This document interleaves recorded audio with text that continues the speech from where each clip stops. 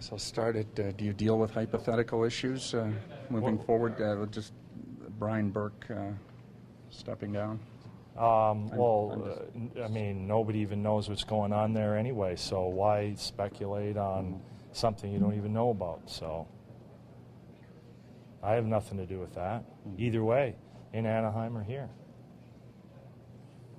Could be kind of fun if Team USA's front office and coaches coaching the major leagues.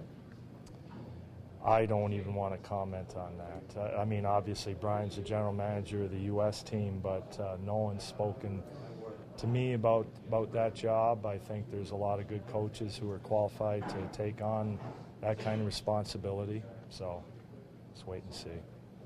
What was your take on Jason's reaction to sitting out last night? Obviously wants to play desperately, said so in the media. What's your... Well, I'm glad he's upset. You don't want a guy to roll over and die. I want him to step on the ice and play full of piss and vinegar, which he hasn't done consistently. And that's the Jason Blake I've watched, I've coached, and I haven't seen enough of this year or last year in reviewing the tapes. And he knows that deep down. And if he gets fired up and he plays as well as he can play, like we think he can play, and be a valuable member of the team, that's great. The other stuff is all,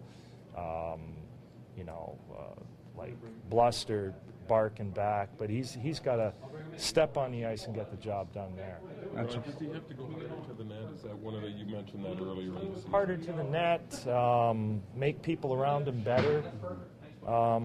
Lots of little things that we ask a lot of people to do. We don't have exceptions to the way we want to play, and we need solid contributions from everybody. Every night we play, we need all 18 people who are skating to contribute. And he's had a couple of good games, but he hasn't been consistent. And I don't care what he says in the paper; it's irrelevant. It's what you do on the ice.